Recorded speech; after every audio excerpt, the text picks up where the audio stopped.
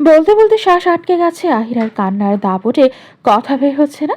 নিজেকে সারানোর চেষ্টায় হাত পায়ের অবস্থা একদমই বেহাল। শুকিয়ে যাওয়া চামড়ার সাথে লেগে থাকা শক্তগুলো নড়াচড়ায় আরও তাজা হয়ে উঠেছে। কিন্তু এই ব্যথা যেন আহিরার মনকে আজ ছুঁতে পারছে না। নিজের সতীত্ব এইভাবে পরপুরুষের কাছে হারিয়ে ফেলার থেকে কষ্টের কি হতে পারে। অপবিত্র নোংরা হয়ে গেছে সে। এই নিষিদ্ধ পল্লীতে থাকা বাকি মেয়েদের মতো সেও নোংরা হয়ে গেছে। হঠাৎই দরজায় তীব্র ধাক্কার শব্দ শুনতে পায়। কেউ খুব জোরে ধাক্কা দিচ্ছে দরজাটা যাতে খুলে যায়। আহিরা আরও ভয় পেল। আবারও কোন ঝড় বইতে চলেছে তার ওপর দিয়ে। তার মধ্যেই হঠাৎ কেউ তার পাশে এসে শুয়ে পড়ে। আহিরা চিৎকার দিয়ে পাশ ফিরতেই অর্ধনগ্ন নাদিমকে দেখতে পায়। আহিরা অন্ধকারের জন্য বুঝতে পারেনি সে ছাড়াও আরও কেউ রুমে আছে। নাদিম হুট করে আহিরার শরীরের ওপরে উঠে যায়, যেটা দেখে আহিরা কান্না করতে করতে নিজের ওপর থেকে সরে যাওয়ার জন্য বারবার অনুরোধ করছে। কিন্তু আহিরা অনুনয় গুরু যে নাদিমের শক্ত মনকে গলাতে সক্ষম হলো না। পাষাণের মতো তার যা মনে আসছে তাই করে যাচ্ছে। অপরদিকে দরজাটা এক পর্যায়ে ভেঙে শব্দ করে নিচে পড়ে যেতেই নাদিম সহ আহিরা অশ্রুসিক্ত চোখে দরজার দিকে তাকাতেই আহিরার কিয়ানকে দেখতে পায়। আগ্নেয়গিরি অগ্নুৎপাতের মতো ফুঁসে উঠতে মনে হচ্ছে তার প্রতিটা রন্ধ্রে রন্ধ্রে ছড়িয়ে পড়েছে অগ্নির লালা, যেন এই উত্তপ্ত অগ্নিকণা এক্ষুনি ভস্ম করে দেবে সামনে থাকা সব কিছু। এদিকে নাদিম এমন একটা ভান করলো যে সে আর আহিরা কিয়ানের কাছে ধরা খেয়েছে। এদিকে আহিরা কিয়ানকে দেখে ভাষা হারিয়ে ফেলেছে। কি বলবে সে? কিভাবে এই মুখ দিয়ে কিয়ানের সামনে দাঁড়াবে? আদৌ কি সে নিজেকে ক্ষমা করতে পারবে? এদিকে দরজা খোলা মাত্রই নাদিম আর আহিরাকে এমন অবস্থায় দেখে কিয়ানের যেন সারা দুনিয়া থমকে দাঁড়িয়েছে। হাঁটা চলার শক্তি ক্ষয় হয়ে গেছে সম্পূর্ণ। এতক্ষণের রাগগুলো ধুয়ে গিয়ে কেমন জানি বিস্ময়ের ছাড়া ঘিরে ধরেছে। শ্বাস প্রশ্বাস নেওয়া কষ্টসাধ্য হয়ে উঠেছে। তার পিছেই রিয়াও রয়েছে। সে এমন অবস্থা দেখে মোটেও অবাক হয় না, কারণ সব কিছু তার কথা মতোই হয়েছে। সে ধীরে ধীরে কিয়ানের পাশে এসে দাঁড়ায় আর এমন একটা ভান করে যেন সেও অবাক হয়ে গেছে এই সব দেখে।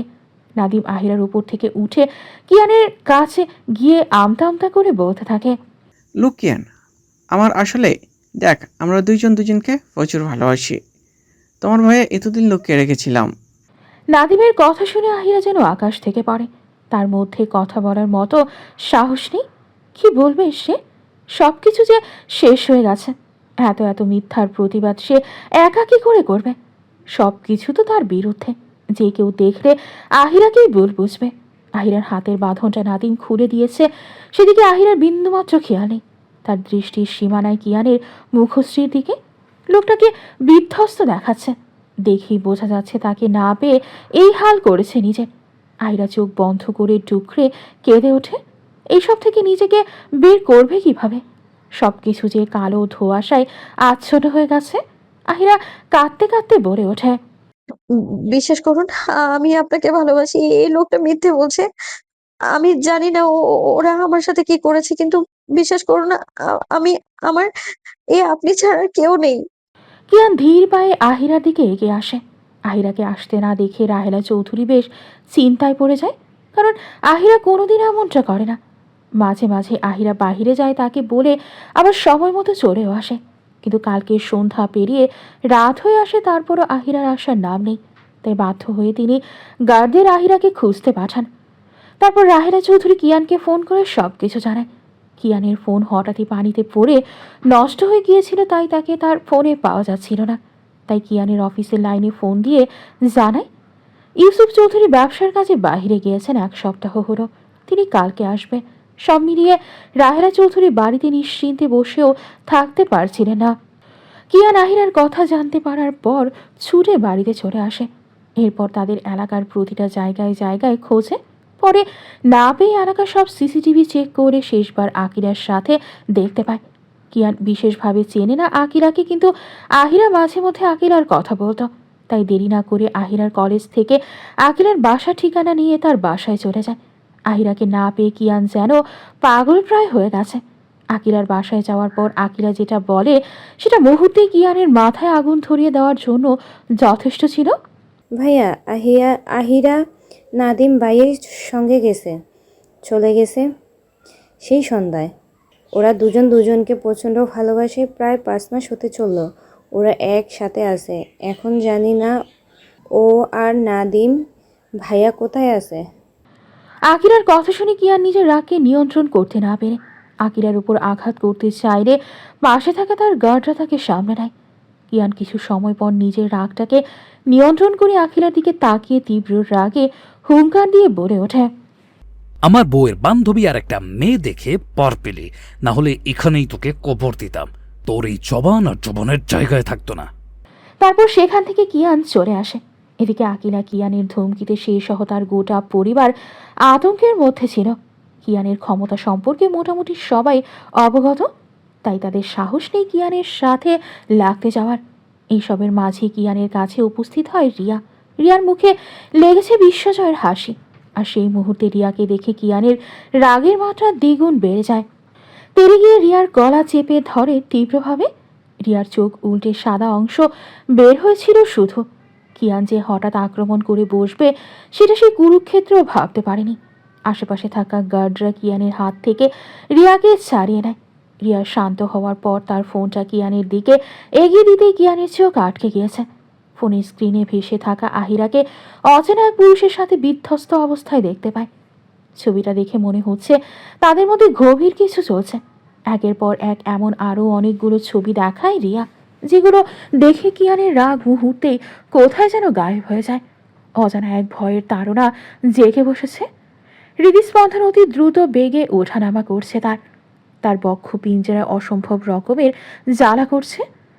কিছু সময় পর যেতেই রিয়ার ফোনটা কিয়ানের রাগের শিকার হয়ে সেটা ভেঙে চুরমার হয়ে গেছে, যেটা দেখে রিয়া প্রথমে একটু অবাক হয়, তারপর নিজেকে সামনে বলে ওঠে, বলেছিলাম না তোমার ওয়াইফ তোমার সাথে চিট করছে, কিন্তু তুমি আমাকে বিশ্বাস করনি। দেখো এই ছবিগুলো তারই প্রমাণ। মাঝে মাঝে তোমার ওয়াইফ এসব নোংরা কাজ করে বেড়ায় তোমার আড়ালে, আর তুমি সেটা দেখেও না দেখার ভান করো। নাদিমের সাথেও সম্পর্ক আছে, আরও সেটা কেমন সম্পর্ক খুব ভালো করে বুঝতে পারছো। আর জানো তোমার বউ এখন কোথায়? নিষিদ্ধ পল্লীতে পরপুরুষের সাথে নষ্টামিতে মেতে আছে। বিশ্বাস হচ্ছে না তাই না? চলো আজকে তোমাকে প্রমাণ সহ দেখাবো। ভাবছো এসব আমি জানি কিভাবে? নাদিম আমার বেস্ট ফ্রেন্ড, তাই আমার থেকে বেশি দিন লুকিয়ে রাখতে পারিনি। সেই দিনই বলিয়ে দিয়েছে সব। কিন্তু তুমি তো সেদিন সব কিছু দেখার পরেও আমাকে দোষ দিলে। নাদিমের ফোনের লোকেশন ট্র্যাক করেছি, চলো ওইখানে যাই, তাহলেই দেখতে পাবে। তখন থেকে কিয়ানের মনে মধ্যে ঝড় শুরু হয়েছে। সেই ঝড়ের তাণ্ডবে তার ভেতরের সব কিছু উত্থাল পাথাল হচ্ছে, কিন্তু বলতে পারছে না কিছুই। সাথে বেড়ে চলেছে রাগের পরিমাণ। এখনও তার বিশ্বাস হচ্ছে না ওই সব ছবিগুলো যে আসল। জীবনের প্রথম এসব নিষিদ্ধ গলিতে পা পড়েছে তার, তাও শখের নারীর খোঁজে। তার ভেতরকার তোলপাড় ছটফট বাণীতে প্রকাশ করার মতো নয়। এরপর এখানে আসার ভেতরের দৃশ্য দেখার পর কিয়ান যেন ভেতর থেকে ভেঙে গড়িয়ে গেছে। কিয়ান আহিরার অতি নিকটে এসে যেখানে হাঁটু ঘেরে বসে পড়ে। গলা অসম্ভব রকমের কাঁপছে তার। এত ভয়ঙ্কর অনুভূতি কিয়ানের আগে কোনো দিন হয়নি। এমন লাগছে কেন? ভালোবাসার মানুষটাকে অন্য কারো পাশে এমন অবস্থায় দেখে? হয়তো তাই। কোনো পুরুষই পারবে না তার শখের নারীর সাথে অন্য কাউকে এইরকম অবস্থায় মেনে নিতে। সেখানে সে তো স্বচক্ষে দেখছে সব কিছু। তার ভেতর যে ঝড়ো হাওয়া চলছে সেটা বোঝার সাধ্য কারণই নেই। সময় নিঃশব্দ পরিক্রমায় কিয়ান ও আহিরার মাঝের অদৃশ্য সুতোটি যেন ধীরে ধীরে ক্ষয়প্রাপ্ত হয়ে পড়েছে। ঠিক সেই কাল রাতের মতো, যার না আছে কোনো আলো আর না আছে কোনো উষ্ণতা। তারা দুজন পাশাপাশি থেকেও যেন পৃথক দুই নক্ষত্রপুঞ্জে বন্দী। একদিন যে হাসির অনুরণনে ঘর ভর্তি উঠত, এখন সেখানে নেমে এসেছে এক অস্ফুট নৈশব্দে। আহিরা নিশ্চুপ হয়ে গেছে। সেদিনের পর কথা বলতে ইচ্ছে করে না তার কারো সাথে। লজ্জায় মরে যেতে ইচ্ছে করে তার। নিজের এই কলঙ্কিত শরীর নিয়ে বেঁচে থাকতে ইচ্ছে করে না। সে বোঝে তার কারণে কিয়ান যে কষ্ট পাচ্ছে। লোকটা কিছু বলে না, তবে কিয়ানের বিষণ্ণতায় ভরা নেত্রজোড়া আহিরাকে আরও বেশি অপরাধ বোধে ধুকে ধুকে খায়। কিয়ান তাকে সেদিনের পর এই ব্যাপারে একটা প্রশ্ন করেনি, আর না কোনো কথা বলেছে। কেটে গেছে 1 সপ্তাহেরও বেশি। আহিরা নিজেই জানে না সে কিসের বাহানায় কথা বলবে কিয়ানের সাথে। সেদিন তার হুঁশ না থাকা অবস্থায় নাদিম তার সাথে কীরকম জঘন্য কাজ করেছে।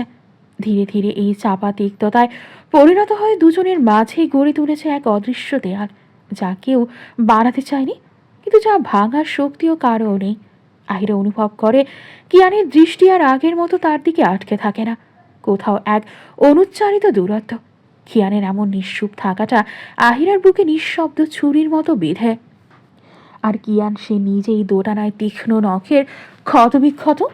সে জানে আহিরা তার নিজের, তারই নিঃশ্বাস, তারই সব, কিন্তু ভুল কোথাও একটা গিয়ে সে আটকে গেছে।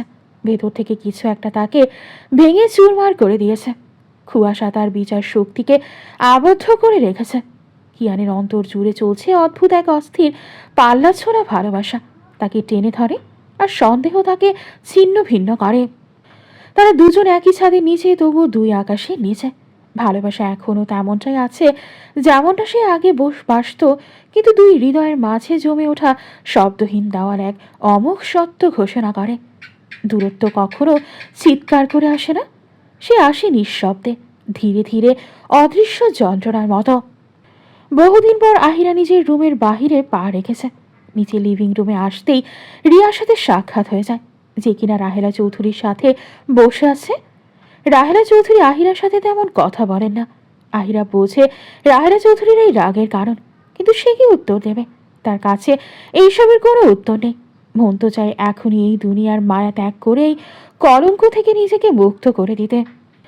রিয়া আহিরাকে দেখে তেমন একটা খুশি হয়নি, সেটা তার মুখ দেখেই বোঝা যাচ্ছে। সে এখনো ভেবে পায় না কেন এখনো ওই মেয়েকে কেন বের করে দেয়নি, এখনো কেন এই মেয়েকে নিজের জীবনে রেখে, সেটা সে বুঝতে পারছে না। রাহেলা চৌধুরী কানে প্রতিদিন সে বিষ ঢালে, তাতেও কাজ দেয় না। রাহেলা চৌধুরী শুধুমাত্র আহিরার উপর রাগ জমে আছে, এছাড়া আর কিছুই নয়। সেটাও সে উপরে উপরে দেখার, ভেতর থেকে এখনো সে আগের মতোই আহিরাকে ভালোবাসে। এইসব দেখে রিয়া অতিষ্ঠ হয়ে পড়েছে। কি এমন করবে সে যে আহিরাকে এই বাড়ির প্রতিটা মানুষ ঘৃণা করবে? আহিরা ধীর পায়ে রাহেলা চৌধুরীর কাছে এগিয়ে যায়। রাহেলা চৌধুরী কঠোরতার বজায় রেখে বসে আছে। আহিরার নেত্রকোণ অশ্রুদানা এসে হারা দিয়েছে।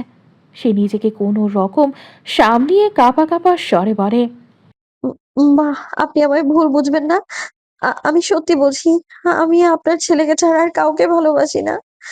আপনার ছেলে ছাড়া আমার এই এক জীবনে আর কেউ নেই। ওইসব ওই ছেলেটা করেছে যাতে আমাকে আপনারা সবাই ভুল বোঝেন, কিন্তু বিশ্বাস করুন, ওই ছেলের সাথে আমার কিচ্ছু নেই। বলতে বলতে আহিরা শব্দ করে ফুঁপিয়ে ওঠে। আরও কিছু কথা বলতে চাইছে, কিন্তু গলায় শব্দগুলো কেমন জানি আটকে আছে। চাইলেও আর কোনো শব্দ বের হচ্ছে না। রিয়া বিরক্ত নিয়ে বলে, হয়েছে, আর কত মিথ্যে বলবে আহিরা? সবাই সবকিছু দেখেছে, তারপরেও এত মিথ্যা কিভাবে বলো? আহিরা অশ্রুসিক্ত নেত্রজোড়া রিয়ার দিকে তাক করে। কিছু বলার ভাষা নেই, কারণ আহিরা নিজেই জানে না আসলে নাদিম তার সাথে কি করেছে আর কি এমন দেখিয়েছে সবাইকে। কিন্তু তার যতটুকু মনে আছে, সে যা দেখে সেটা নিজে ভাবলেই তো মরে যেতে ইচ্ছে করে। রাহেলা চৌধুরী আহিরার দিকে না তাকিয়ে রিয়াকে কাট কাট গলায় বলে, রিয়া, তুই এই ব্যাপারে কোনো কথা বলবি না। যত যাই হোক, ও চৌধুরী বাড়ির বউ এবং আমার ছেলের বউ, তাই আমার সামনে ওকে এইভাবে কথা বলার অধিকার আমি কাউকে দেইনি। রাহেলা চৌধুরীর কথায় রিয়া অবাক না হয়ে পারে না। এত কিছুর পরেও এই আহিরার প্রতি এত ভালোবাসা, কিন্তু কিভাবে? রিয়া যেন কেঁপে উঠল রাগে, কিন্তু সেটা প্রকাশ করতে পারে না। শুধু অগ্নি চোখে আহিরার দিকে তাকিয়ে রয়। ব্যস্তময় বিকেল, চারিদিকে কমলা রঙের আলোয় মুখরিত হয়ে আছে। কাকপক্ষীরা নিজেদের নীড়ে ফিরে যাচ্ছে। কাচের থাই গ্লাস পেরিয়ে সারা কেবিনে বিকেলের কমলা রঙের আলো এসে পড়ছে। কিয়ান ব্যস্ত ভঙ্গিতে ল্যাপটপে কিছু টাইপ করছে। তখনই কেউ কেবিনের দরজায় নক করে কিয়ান ভেতরে আসার অনুমতি দিতেই রিয়া হাস্যোজ্জ্বল মুখশ্রী নিয়ে ভেতরে প্রবেশ করে। কিয়ান এই সময় রিয়াকে দেখে বিরক্ত হয়ে যায়। রিয়ার দিকে ফিরেও তাকায় না সে একবারের জন্য। রিয়ার কিয়ানের সামনে চেয়ারে বসে পড়ে, তারপর হাসি মুখে জিজ্ঞেস করে, কেমন লাগছে আমাকে কিয়ান? দেখো, তোমার পছন্দ মতো সেজেছি। কিয়ান, কিছু একটা বলো, আমাকে কেমন লাগছে বললেন না? কিয়ানের রাগ লাগলো বেশ, তাই রিয়ার দিকে না তাকিয়ে ল্যাপটপের স্ক্রিনে চোখ রেখে দাঁত খিঁচিয়ে বলে, পিচের মতো লাগছে, এর থেকেও জঘন্য। কিয়ানের এমন কথা শুনে রিয়া বেশ কষ্ট পায়। সে আজ এত সেজেছে শুধুমাত্র কিয়ানের জন্য, কিন্তু কিয়ান তার দিকে ফিরেও তাকাচ্ছে না। বুঝলো সে যা চেয়েছে তা এখনো হয়নি। রিয়া ভেজা গলায় বলে, ওই নষ্টা মেয়ের জন্য তুমি এমনটা করছো? ওই মেয়ে একটা নষ্ট চরিত্রহীন, কত পুরুষের সাথে শুয়েছে তার শেষ নেই। এত কিছু পরও তুমি ওকে নিজের জীবনে রাখছো? কিয়ানের যেন রিয়ার বাক্যগুলো সহ্য হলো না। হাতে থাকা ল্যাপটপটা টেবিলের ওপর ছুঁড়ে মেরে তীব্র রাগের সাথে উঠে রিয়ার গলা তীব্র জোরে চেপে ধরে রাগে হিস হিস করে বলে, নষ্টা হোক বা চাই হোক, ওকেই আমার চাই। তুই বলার কে আমার জীবনে কে থাকবে আর থাকবে না? ওকে আমার চাই মানে মৃত্যু অবধি চাই, সেটা যেমন ভাবেই হোক। নষ্ট তো তুই, যখন পারিস তখন শরীর এলিয়ে দিস। এখন যদি বলি তুই তো এখনই এলিয়ে দিবি, তাই আগে নিজের দিকে দেখ, তারপর অন্য কারো দিকে আঙুল তুলবি। বলেই তীব্র জোরে রিয়াকে ছিটকে সরিয়ে দেয়। রিয়া খুব খুব করে কেসে ওঠে। আরেকটু হলে মরে যেতে সে হয়তো। কিয়ান নিজের রাগটাকে দমিয়ে রাখার চেষ্টা চালায়। রিয়া কিছু সময় ধরে বড় বড় শ্বাস নিয়ে আবারও বলে ওঠে, হ্যাঁ দিব এলিয়ে, কারণ আমি তোমাকে ভালোবাসি কিয়া। বোঝো এই ভালোবাসা কতটা চাই, এটা একটা বারও জানতে চেয়েছো? তোমাকে পাওয়ার তাড়নায় বেহায়া হয়েছি। এর থেকেও যদি নিম্নমানের হতে হয় তাহলে সেটাও হব। তুমি তো ওই নষ্টা মেয়েটার সাথে কথা বলো না, ওর কাছে যাও না, তাহলে ওকে বের করে দাও না কেন তোমার জীবন থেকে?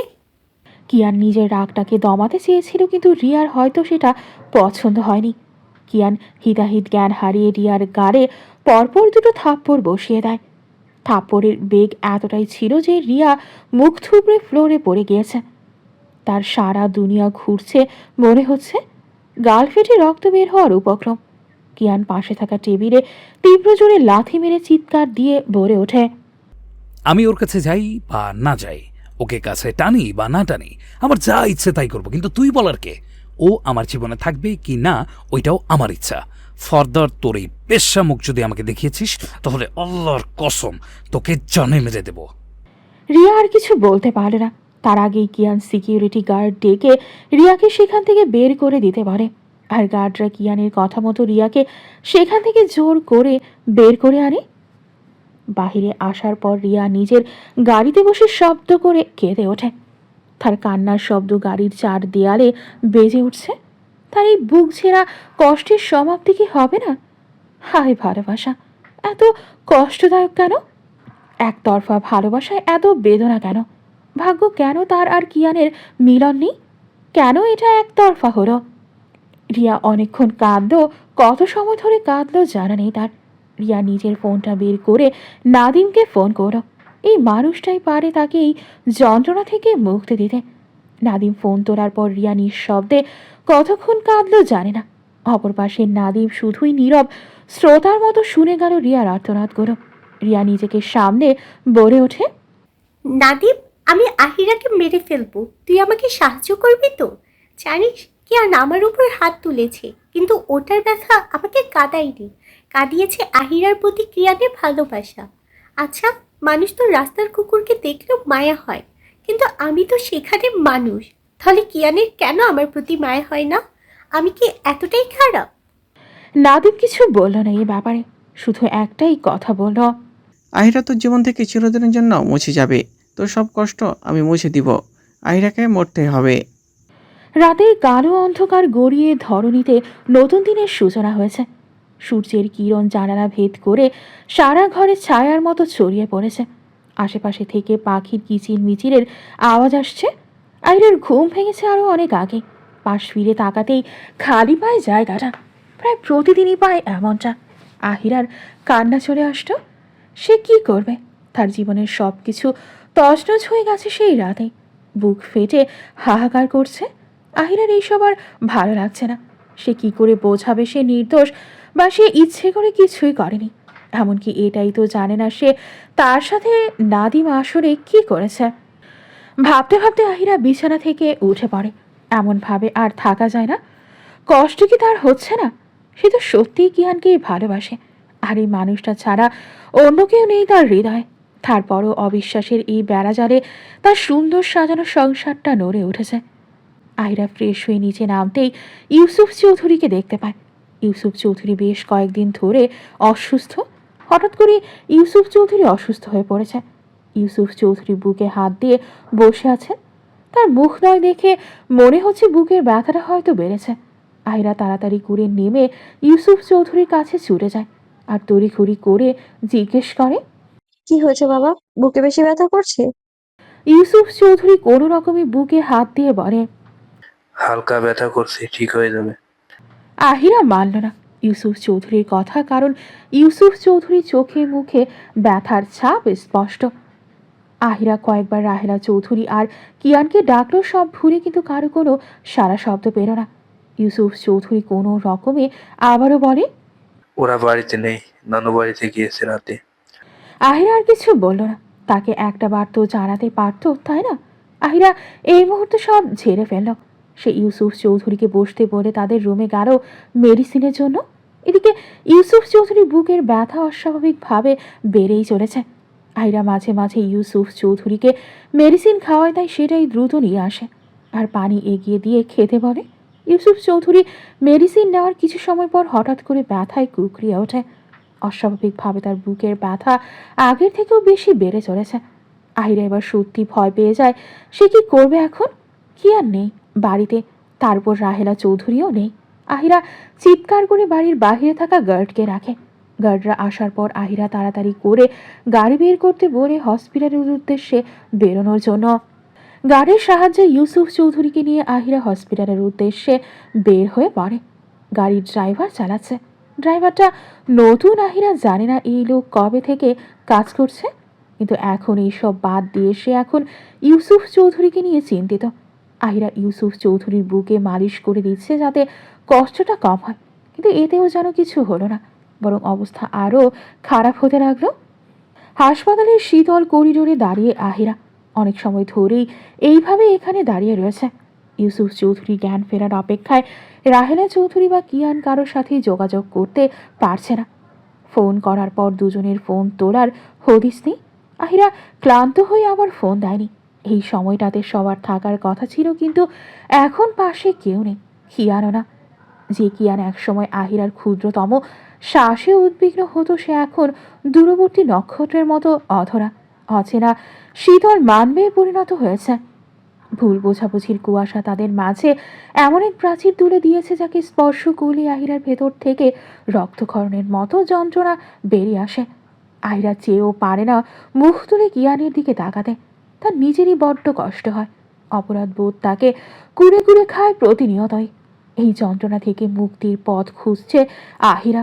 হাসপাতালের বায়ুতে ভারী অক্সিজেন, ওষুধের গন্ধ চারিদিকে ছড়িয়ে আছে।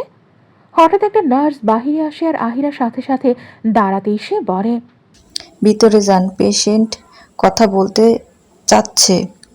নার্সের কথা শুনে আহিরা খুশি হলো। তড়িঘড়ি করে কেবিনে প্রবেশ মাত্রই ইউসুফ চৌধুরী ফ্যাকাশে মুখখানি দেখতে পেল। কয়েক ঘন্টায় হাসি খুশি মানুষটার কি হাল হয়েছে। আহিরা স্ট্রেচারে শুয়ে থাকা ইউসুফ চৌধুরীর কাছে এগিয়ে যায় আর ভেজা কণ্ঠে বলে, আপনি ঠিক আছেন তো বাবা? কোনো সমস্যা হচ্ছে? আমায় বলুন। ইউসুফ চৌধুরী কোনো রকমে হালকা হাসার চেষ্টা করে বলে, আমি ঠিক আছি মা, তুমি এক কাজ করো, ডাক্তারের সাথে কথা বলো, আমাকে বাড়ি নিয়ে যাওয়ার ব্যবস্থা করো। হসপিটালে থাকা আমার দ্বারা সম্ভব নয়। আমার পার্সোনাল অ্যাসিস্ট্যান্টকে ফোন করে ডাক্তারের বাড়িতে যা করার করতে বলিও, তাহলেই হবে। তোমার নানি শাশুড়ি অসুস্থ অনেক, তাই কিয়ান আর রাহেলা ফিরতে দেরি হতে পারে। আহিরা নীরবে ইউসুফ চৌধুরীর কথা শুনল। এরপর ইউসুফ চৌধুরীকে আরাম করতে বলে কেবিন থেকে বের হয়ে আসলো। এরপর সোজা ডক্টরের চেম্বারে গেল। আহিরা ডক্টরের সাথে কথা বলার মাধ্যমে ইউসুফ চৌধুরীকে বাড়িতে নিয়ে যাওয়ার পর সব ব্যবস্থা করল। হসপিটালে তার সাথে একটা গার্ডও আছে। এখানে আসার পর বাড়ির গার্ডকে এখানে আসতে বলেছে। গার্ডের সাহায্যে ইউসুফ চৌধুরীকে গাড়িতে বসিয়ে দিয়েছে। নিজেও ইউসুফ চৌধুরীর পাশে বসে পড়ে। মানুষটা বেশ কষ্ট হচ্ছে, আহিরা জিনিসটা বুঝতে পারছে, কিন্তু এই মুহূর্তে কিছু করার নেই। কিছুটা পথ এইভাবেই যেতে হবে। গাড়ি ছুটছে আপন গতিতে। আহিরা বেশ অনেকক্ষণ যাবৎ লক্ষ্য করছে গাড়ির ড্রাইভারের হাব ভাব ভালো না। কিন্তু সে এই ব্যাপারে তেমন একটা ভাবল না, কারণ নতুন কাজে যুক্ত হয়েছে, তাই হয়তো অস্বস্তি হচ্ছে এই বলে কাটিয়ে দেয়। কিন্তু সময়ের সাথে আহিরা লক্ষ্য করলো তাদের গাড়িটা বাড়ির রাস্তায় না গিয়ে অন্য রাস্তায় ঢুকে পড়েছে। রাস্তাটা অন্য রাস্তার থেকে আলাদা বলতে গেলে 2-4টা প্রাইভেট ছাড়া কোনো বাস কিংবা রিক্সা মোটর সাইকেলের দেখা নেই। আহিরার মনের সন্দেহ আরও প্রখর হয়ে ওঠে। তার কেমন জানি এখন সুবিধার মনে হচ্ছে না। তার উপর আসার সময় এই লোকটা বারবার ইউসুফ চৌধুরীকে অ্যাম্বুলেন্সে আনতে চাচ্ছিল, আর তাকে বলছিল তার সাথে গাড়িতে করে যেতে। একবার দুবার না, প্রায় 10 বারই বেশি বলেছিল এই একই কথা, কিন্তু আহিরা রাজি হয়নি একদমই। আহিরা ড্রাইভারের উদ্দেশ্যে বলে, আপনি এই রাস্তা দিয়ে কেন যাচ্ছেন? আর এই রাস্তা দিয়ে কি বাড়িতে যাওয়া যায়? ওপাশ থেকে কোনো উত্তর এলো না। আহিরা আবারও প্রশ্ন করে, কিন্তু কোনো উত্তর দিল না। এবার আহিরার ভয় হতে লাগলো, একে ইউসুফ চৌধুরী অসুস্থ, তার উপর যদি কোনো বিপদ আপদ হয় সে সামলাবে কি করে। এইসব ভাবতে ভাবতেই হঠাৎ আহিরা লক্ষ্য করলো ড্রাইভার তার সিট বেল্ট খুলছে। আহিরা ভ্রু যোগল আরও কুচকিয়ে এলো। সে এবার একটু জোরে রাগী গলায় বলে, এই আপনি গাড়ি থামান। আমি বলেছি কি গাড়িটা থামান। আপনাকে ড্রাইভ করতে হবে না। লোকটা এবারও নিরুত্তর। হঠাৎই আহিরার সামনে তাকাতেই দেখতে পায় সামনে দিয়ে বড় ট্রাক আসছে। একটা হলেও হতো বড় বড় দুইটা ট্রাক। তাদের গাড়িটা অনেকক্ষণ আগেই ফ্লাইওভারের ওপরে উঠে গিয়েছে। আহিরা বুঝতে পারল না ফ্লাইওভারের ওপর দিয়ে এইভাবে অনিয়ম করে গাড়ি আসলো কিভাবে। আহিরা এবার ভয়ে চিৎকার দিয়ে বলে, গাড়ি থামান বলছি, থামান গাড়ি। লোকটা যেন কথা শুনল না। এদিকে ইউসুফ চৌধুরী চোখ লেগে এসেছিল, কিন্তু আহিরা চিৎকার শুনে তারও ঘুমের ঘোরটা কেটে গেছে। সে কিছু জিজ্ঞেস করতে নেবে, তারও চোখ যায় দূর থেকে আসা দ্রুত বেগে ছুটে আসা ট্রাক দুটি। এমন একটা অবস্থা তাদের গাড়িটা ট্রাক দুটোর পাশ কাটিয়ে কোনো রকমে চলে যাবে সেটাও সম্ভব নয়। সব দিক থেকেই রাস্তা বন্ধ। আহিরা চক্ষুদয় ভয় স্পষ্ট ফুটে উঠছে, সাথে ইউসুফ চৌধুরীর চোখেও একই রকম ভয়। হঠাৎ করেই ড্রাইভারটা চলন্ত গাড়ির দরজা খুলে সেখান থেকে গাড়ি চলন্ত অবস্থায় লাফ দিয়ে দেয়। আহিরা সহ ইউসুফ চৌধুরী চিৎকার দিয়ে ওঠে। আহিরার আটকে থাকা অস্ত্রগুলো এখন গাল গড়িয়ে পড়ছে। মৃত্যু তার একদম চোখের সামনে। কি করবে বুঝতে পারছে না। আহিরা হাত চালিয়ে গাড়ির দরজাটা খুলে ইউসুফ চৌধুরীর দিকে তাকিয়ে বলে, বাবা একটু কষ্ট করে আপনি এখান থেকে বেরোন। আপনি বেরোন বাবা, আপনার শরীর খারাপ। কিছু এই মুহূর্তে এটা না করে আপনি মারা পড়বেন। ইউসুফ চৌধুরী কি বললেন না, দুই সাইডের গাড়ির দরজা খোলা, গাড়ির একে বেঁকে চলছে, ড্রাইভার নেই। আহিরা কেঁদে নিচ্ছে, এটাই হয়তো তার শেষ কান্না। আহিরা বারবার ইউসুফ চৌধুরীকে লাফ দিতে বলছে, কিন্তু ইউসুফ কি হয়েছে জানা নেই। এদিকে হঠাৎ করে দুটো ট্রাক এসে তাদের গাড়িটা উড়িয়ে দেয়। বিকট শব্দ করে গাড়িটা ছিটকে গিয়ে চূর্ণ বিচূর্ণ হয়ে গেছে। সেই সাথে রাস্তায় একাধারে রক্তাক্ত আহিরার নিথর দেহটা পড়ে আছে। গাড়ি থেকে ইউসুফ চৌধুরী তাকে ধাক্কা দিয়ে ছুঁড়ে ফেলেছে, আর নিজে সেই গাড়িতেই রয়ে গেছে। আহিরার শরীরের অনেক কেটে গিয়ে গল গল করে রক্ত পড়ছে। সারা শরীর ছুঁড়ে গিয়েছে। রাস্তায় একাধারে ভাঙা কাচের ওপর পড়ে আছে, আর গাড়িটা সোজা ফ্লাইওভারের নিচে পড়ে গেছে। ফ্লাইওভারের নিচে থাকা মানুষজন জড়ো হয়েছে। ওপর জায়গায় শুধুই আহিরার রক্তাক্ত দেহটা পড়ে আছে। জ্ঞান হারিয়েছে নাকি মরে গেছে বোঝার উপায় নেই। হসপিটালের করিডোরে ভিড় জমেছে। চারিদিকে অনেক মানুষজন জড়ো হয়েছে। তার মধ্যে এক সাইডে আসে রাহেলা চৌধুরী, একাধারে কান্না করছে। সকাল 7:52। চারিদিকে প্রেস মিডিয়া লোকজন বাহিরে ভিড় জমিয়েছে। বাংলাদেশের নামকরা ব্যবসায়ীর মধ্যে একজন ইউসুফ চৌধুরী। তার হঠাৎ এমন আকস্মিক ঘটনায় সবাই বেশ অবাক, সাথে উতরা এরা জানার জন্য যে সে এখন কেমন আছে। কিয়ানের বিধ্বস্ত অবস্থা, সব দিক থেকে সে অস্থির। আহিরার কোনো খোঁজ নেই। তন্ন করে খোঁজা হয়েছে, তারপরও আহিরার কোনো খবর নেই। একদিকে বাবা আর একদিকে আহিরা। কিয়ান কি করবে বুঝে উঠতে পারছে না, কান্নাও করতে পারছে না। রাহেলা চৌধুরী কান্না করতে করতে বেশ কয়েকবার জ্ঞান হারিয়েছে। স্বামীর এই অবস্থা মেনে নিতে পারছে না। ডাক্তাররা এখনও কিছু বলেনি। সে কখন অপারেশনের জন্য ঢুকেছে, এখনও বের হওয়ার নাম নেই। কিয়ানের সারা মুখে আতঙ্কের ছাপ স্পষ্ট। আহিরা নিখোঁজ হওয়ার ব্যাপারটা তাকে আরও অস্থির করে তুলছে। কোনো দিকে যাবে বুঝতে পারছে না।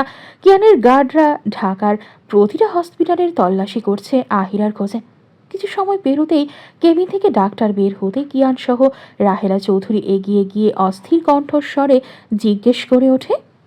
বাবা কেমন আছে ডক্টর?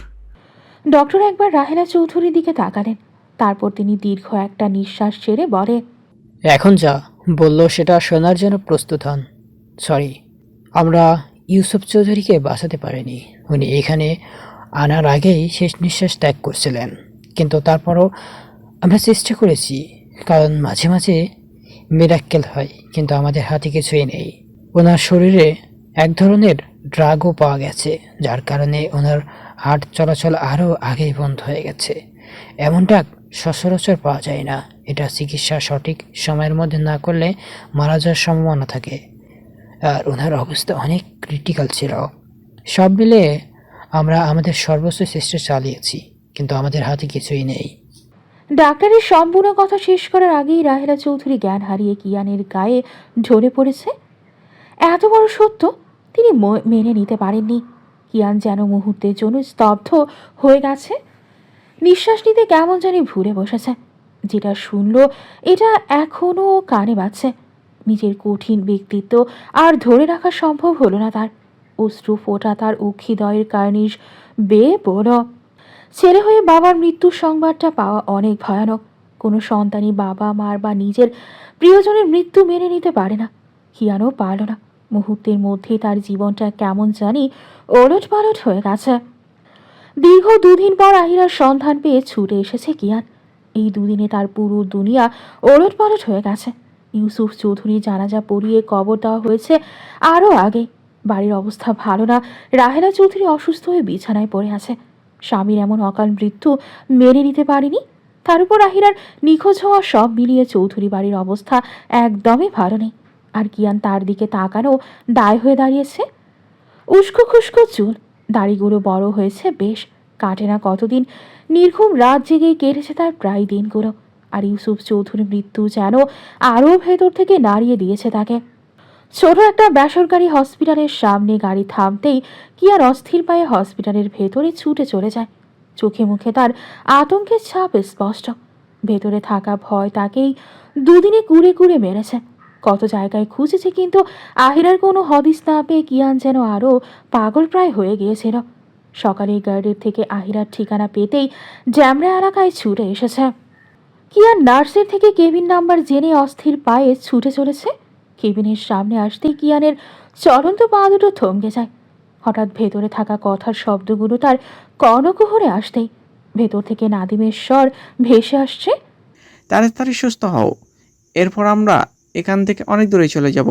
ইউসুফ চৌধুরীকে মেরে ফেলে তুমি যে কি উপকার করেছো কি আর বলবো। এরপর আমরা দূরে গিয়ে সুখে বসবাস করব, আর কিয়ানও জানতে পারবে না কিছুই। বলেই জ্ঞানহীনভাবে শুয়ে থাকা আহিরার ব্যান্ডেজ করা হাতে শব্দ করে চুম্বন করে নাদিম। যে দৃশ্য দেখে মুহূর্তেই কিয়ানের চোখের সাদা অংশ লাল রঙে রঞ্জিত হয়ে ওঠে। বিকট শব্দ করে কেবিনের ভেতরে প্রবেশ করে, কোনো দিকে না তাকিয়েই নাদিমের ওপর আঘাত করে। একের পর এক আঘাত করেই যাচ্ছে। ভেতরে থাকা ক্ষোভ যেন বেড়েই চলছে কিয়ানের। তার সাথে আসা গার্ডরা কিয়ানকে ধরার চেষ্টা করছে, কিন্তু কিয়ানের শরীরে যেন দানবীয় শক্তি ভর করেছে। নাদিমের অবস্থা একদমই করুণ। এর আগের বার সেদিন কিয়ানের কারণে পা ভেঙে হসপিটালে অ্যাডমিট ছিল, আর এখনও পায়ের করুণ দশা। তার উপর এমন আঘাত নাদিম সহ্য করে উঠতে পারে না। গার্ডরা কিয়ানকে শক্ত করে ধরে রেখেছে। কিয়ান হিংস্র জানোয়ারের মতো চিৎকার দিয়ে বলে ওঠে, আমাকে ছাড়, না হলে তোদেরকেও একই অবস্থা করব। কিয়ানের কথায় ছেড়ে দেয় তারা। কিয়ান নিচে পড়ে থাকা ব্যথায় কাতরাতে থাকা নাদিমকে উপেক্ষা করে বেডের উপর অচেতন হয়ে পড়ে থাকা আহিরার কাছে যায়। আহিরার সারা শরীরে ক্ষত দেখে বোঝা যাচ্ছে বেশ আঘাত পেয়েছে, কিন্তু এই মুহূর্তে আহিরাকে দেখে মায়া হইল না তার। ভেতরে থাকা এতদিনের টানা পোড়া যেন আজকে ভয়ানক রূপ ধারণ করেছে। আহিরার অক্সিজেন মাস্ক খুলে পাশে থাকা পানির গ্লাস থেকে পানি নিয়ে ছুঁড়ে মারে, এরপর বলতে থাকে চিৎকার করে, ও বেইমান নারী, আর কত পড়াবে আমাকে? কম তো পুরানে বাকি রাখিসনি। কি করিনি তোর জন্য? আমার সাথে এত বড় বেইমানি কেন করলি? কিসের কমতি তোর? আমায় বলতি কলিজা কেটে দিতাম, তাও বেইমানি করলি কেন? ওঠ, কথা বল। আমার বাপটাকে কেন মারলি বেইমানের বাচ্চা? ওঠ বলছি, ওঠ। রাগের মাঝেও একদলা কষ্ট কিয়ানের কথায় প্রকাশ পাচ্ছে। তীব্র তীব্র কষ্টে তার ভেতরটা চুরমার হয়ে যাচ্ছে। শখের নারীর একের পর এক বেইমানি মানতে তার কষ্ট হচ্ছে, যেই কষ্টে প্রতিনিয়ত সে বেঁচে থেকেও মরছে। সেদিনের ঘটনা তাকে ভেতর থেকে পুরোপুরি ভেঙে দিয়েছিল, তার বড় ভালোবাসা বলে আগলে নিয়েছে। কিন্তু এটা কি করে মানবে সে? কেবিনের বাহিরে মানুষ জমা হয়েছে, নার্সরা বারবার না করছে শব্দ করতে। এত চিৎকার চেঁচামেচিতে দীর্ঘ 2 দিন পর আহিরার জ্ঞান ফিরল। শরীরের তীব্র ব্যথায় ঠিকমতো চোখ খুলতেও কষ্ট হচ্ছে। তার উপর কিয়ানের ঝাঁকিতে আরও ব্যথায় জর্জরিত হয়ে উঠছে আহিরা। সবকিছু কেমন মাথার ওপর দিয়ে যাচ্ছে। কোনো রকমে চোখ মেলে তাকাতেই কিয়ানের ভয়ঙ্কর বিধ্বস্ত মুখখানি দেখতে পায়। সে হচ্ছে কিছুই বুঝতে পারছে না। আহিরাকে জ্ঞান ফিরতে দেখে কিয়ান আবারও বলে ওঠে, কথা বলবে ইমানের বাচ্চা, এমনটা কেন করলি? আমাকে এইভাবে কেন ধ্বংস করলি? আহিরা নিভু নিভু চোখে দেখছে। ব্যথায় তার চোখের কার্নিশ বেয়ে টুপ টুপ অশ্রু গড়িয়ে পড়ছে। কিয়ানের কথার মানে সে বুঝতে পারছে না। এক এক করে স্মৃতির পাতায় সব ফুটে উঠল, আর আহিরা নিজের ব্যথা ভুলে কাঁদতে কাঁদতে অস্পষ্ট স্বরে আওড়ালো, বাবা, বাবা কোথায়? বাবাকে বাঁচান। কিয়ান এবার আহিরাকে ছুঁড়ে মারে। এরপর শেষবারের মতো আহিরার দিকে তাকিয়ে বলে, তোর মতো বেঈমানকে চাই না। যা, ছেড়ে দিলাম তোকে, যা। নাগরের সাথে থাকার জন্য এত কিছু করলি না? যা, দিলাম তোকে মুক্তি। আজ থেকে তুই যদি তোর এই মুখ দেখাস, সত্যি বলছি জানে মেরে দেব। এই আত্রিয়ান কিয়ান চৌধুরীর জীবনে তোর মতো বেঈমানের জায়গা নেই। বলে আহিরার দিক থেকে মুখ ফিরিয়ে নেয়। কিয়ান কথাগুলো বলার সময় তার গলা অসম্ভব রকমের কাঁপছিল। চোখের কার্নিশে অশ্রুকণা জমাট হয়েছিল, সেটা হাতের আঙ্গুল ধারা মুছে নেয়। তারপরও চোখ জল করছে। এদিকে রক্তাক্ত নাদি ভাসছে। কি বিকট শব্দ করে হাসছে। হাসতে হাসতে মনে হচ্ছে সে পাগল হয়ে যাবে। এদিকে আহিরা পরক্ষীণ ভাবে অশ্রুসিক্ত চোখে কিয়ানের যাওয়ার দিকে তাকিয়ে রয়। আবার কি কোনো ভুল করেছে সে? কিয়ান সেদিনও এতটা কঠোর হয়নি যতটা আজ হয়েছে। আহিরা ধ্যানে আসতেই সে বেডের থেকে নামানোর চেষ্টা করে ঠাস করে ফ্লোরে পড়ে যায়। এতে করে ব্যথায় আর্তনাদ করে ওঠে শব্দ করে। নাদিম কোনো রকমে আহিরার নিকটে এসে তার কানের কাছে ফিসফিস করে বলে, তোমার আর কিয়ানের সমাপ্তি এখানেই। কিয়ান আর তোমাকে চাই না। শুনে রাখো মেয়ে, একটা কথা বলি, তোমার সাথে আমার কিছুই হয়নি, আর না হওয়ার সম্ভাবনা ছিল। ওরা তো জাস্ট অংশ ছিল তোমাদের মাঝে ফাটল ধরানোর জন্য। আহিরা শুনল, সব শুনল। কিয়ান কি তাকে দূরে ঠেলে দিল? না, এটা হতে পারে না। সে আর কিয়ান আলাদা হতে পারে না। আহিরা ক্ষিপ্ত হয়ে নাদিমের কলার চেপে ধরে কাঁদতে কাঁদতে দুর্বল গলায় বলে, কেন করলেন এমন? কেন আমার জীবনটা এমন ধ্বংস করলেন? কি ক্ষতি করেছি আমি? চৌধুরী বাড়ির লিভিং রুমে জড়ো হয়েছে গোটা চৌধুরী পরিবার। আহত আহিরা কোনো রকমে টলমলে দাঁড়িয়ে আছে। আহিরার আগমনে সবাই এখানে পালা হয়েছে। কিয়ানকে একা ফেরার পর সবাই আহিরার কথা জিজ্ঞেস করে কিয়ান টু শব্দও করেনি। সোজা নিজের রুমে গিয়ে নিজেকে বন্দি করে একের পর এক জিনিস ভেঙেছে। সেই ভাঙচুরের শব্দে গোটা পরিবার চিন্তায় পড়ে গেছে। কি হয়েছে কিছুই বুঝতে পারছে না। তার ঘণ্টাখানেক বাদে আহিরা এমন আহত অবস্থায় বাড়িতে উপস্থিত হয়েছে। তখন থেকে সবার মনে নানা প্রশ্ন ঘুরপাক খাচ্ছে। আহিরা আসার খবর কিয়ানের কানে যেতেই কিয়ান নিচে নেমে আসে। হাত সহ পায়ে রক্ত লেগে আছে, ক্ষতর চিহ্ন দেখা যাচ্ছে। সবাই চিন্তিত হলেও কিয়ানের মুখবয়বের ভয়ানক নকশা দেখে এগোনোর সাহস হয়নি। আহিরা কিয়ানকে দেখা মাত্রই উত্তেজিত হয়ে বলে ওঠে, আ- আপনি আমায় ভুল বুঝছেন। বিশ্বাস করুন, আমি কিছু করিনি। আ- আপনি আমার কথা শুনুন। এসব মিথ্যে আমায় ফাঁসানো হচ্ছে। বলতে বলতে আহিরা হাঁপিয়ে উঠল। কথা বলতে কষ্ট হচ্ছে প্রচুর, কিন্তু কিছু করার নেই। নিজের সংসার এইভাবে শেষ হতে সে দেখবে কিভাবে? কিয়ান শুধু আহিরার দিকে তাকিয়ে রয়েছে। এই দৃষ্টিতে নেই কোনো অনুভূতি, নেই কোনো ভালোবাসা, আর না আছে কোনো মায়া। হঠাৎ করেই সেখানে উপস্থিত হয় সেই ড্রাইভারকে দেখে আহিরা আবারও বলে ওঠে, এই লোকটার কারণে হ্যাঁ এত কিছু হয়েছে। বাবা কোথায়? উনি উনি ঠিক আছে তো? আমায় আমায় নিয়ে চলুন না ওনার কাছে একটু। বলেই এগোতে নিলে পেছন থেকে হঠাৎ রিয়া এসে শক্ত করে আহিরার হাতের কবজি টেনে ধরে নিজের দিকে ফেরায়। তারপর ক্ষিপ্ত কণ্ঠে বলে, লজ্জা করে না আঙ্কেলকে খুন করার ওর এখানে আসতে? নাটক করছো? খুন? খুন? কে? কে করেছে খুন? ব্যথায় জর্জরিত কণ্ঠে বলল আহিরা। সেটা দেখি রিয়া আবারও বলে, ওহ আহিরা, আর কত নাটক করবে তুমি? এত বড় অপরাধ করার পরেও এখানে দাঁড়িয়ে আছো কিভাবে? হামিদ, সবাইকে সবটা বল, না হলে তোমার আরো কঠিন শাস্তির ব্যবস্থা করব। আহিরা সব মাথার ওপর দিয়ে যাচ্ছে। কি হচ্ছে এইসব? সবাই অবাক হয়ে চেয়ে আছে। আহিরা ম্যাম স্যারকে মারার জন্য আমাকে হায়ার করে, সাথে আরও দুজন। আহিরা ম্যাম ইউসুফ চৌধুরী যত টাকা আছে তার মধ্যে থেকে 10 কোটি টাকা নিজের ব্যাংকে নিয়েছে। ওনার সাথে নাদিম স্যারও আছেন। সকালে ম্যামের কথায় ড্রাগ এনে স্যারের মেডিসিন রাগে, কারণ স্যার ধরে ফেলেছিল। তারপর ম্যামের কথা মতো আমি ওনাকে সহ হসপিটালে নিয়ে যাই। তারপর সেখান থেকে আসার সময় আমরা স্যারকে মারতে নিব, তার আগে স্যার সব কিছু জানতে পারে। সে নিজেকে বাঁচানোর জন্য তাড়াহুড়া করতে গিয়ে গাড়ির অ্যাক্সিডেন্ট হয় ম্যাম, আর আমি গাড়ি থেকে লাফ দিয়ে বের হয়ে যাই, কিন্তু স্যার বের হতে পারে না। আর পরশুদিন ম্যাম আর নাদিম স্যারের এই শহর ছেড়ে পালাবে। আমাকে ছেড়ে দিন স্যার, আমি গরিব মানুষ, টাকার লোভে এমনটা করেছি, না খেয়ে মরবে। সবকিছু শোনার পর কিয়ানের দাদিজান জ্ঞান হারিয়ে ফেলেছে। নিজের ছেলের মৃত্যু কোনো মায়েই মেনে নিতে পারবে না। সেখানে তার ছেলে খুন হয়েছে এটা জানার পর তো আরও আগে না। আয়রা সবকিছু শোনার পর স্তব্ধ হয়ে গেছে। সে ভাষা হারিয়ে ফেলেছে কি থেকে কি হচ্ছে। আয়রা কোনো রকমের সামনে কিয়ানের কাছে গিয়ে কাঁদতে কাঁদতে বলে, উম, বিশ্বাস করুন, আমি খুন করিনি। আমি কেন বাবাকে মারবো? শুনুন না, আমি খুন করিনি, এসব মিথ্যে। আহিরার কথার মাঝে কিয়ান একটা কাগজ খুঁড়ে আহিরার সামনে তুলে ধরতেই আহিরা দেখতে পায় কাগজটা তার ব্যাংকে। এখানে প্রায় 10 কোটি টাকা দেখাচ্ছে। আহিরা হাতে নিয়ে ভালো করে দেখল। এরপর কিয়ান আরও একটা রেকর্ড চালু করতেই সেখানে আহিরা আর নাদিমের কণ্ঠস্বর শোনা গেল। শোনো জান, এই বুড়োর ওখান থেকে টাকা নিয়েছি, কিন্তু একটা সমস্যা হয়েছে। বুড়োটা সব জানতে পেরেছে। তাই একে তাড়াতাড়ি রাস্তা থেকে সরাতে হবে, না হলে আমরা যা চাচ্ছি তা হবে না। আমার কাছে বুদ্ধি আছে। আজকে বাসায় কেউ নেই, এটাই সুযোগ একে সরানোর। তুমি সব রেডি করো। ওকে যান, এরপর আমরা ওরাল দিব। আহিরা সব শুনে পুরো স্তব্ধ।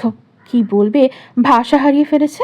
চারিদিক থেকে সবকিছু দেখলে সেই অপরাধী নিজেকে কিভাবে নির্দোষ প্রমাণ করবে সে হুবহু তার গলায়। এটা কিন্তু কিভাবে সম্ভব? আর আহিরা ফোন চালায়। আহিরা নিজেকে নির্দোষ প্রমাণ করার জন্য কিয়ানের দিকে তাকিয়ে কাঁদতে কাঁদতে বলে, বিশ্বাস করুন, এটা আমি না, আমি খুন করিনি, এসবের কিছুই আমি জানি না। আমায় বিশ্বাস করুন, আমাকে এইভাবে দূরে ঠেলে দিবেন না, মরে যাব আমি। কিয়ান এতক্ষণের নীরবতা ভেঙে বলে ওঠে, যদি তুই এক বাপের হয়ে থাকিস তাহলে আমার চোখের সামনে থেকে চলে যা। এই আদ্রিয়ান কিয়ান চৌধুরী সব মানলেও এই সব মানবে না, লাগবে না তোর মতো বউ।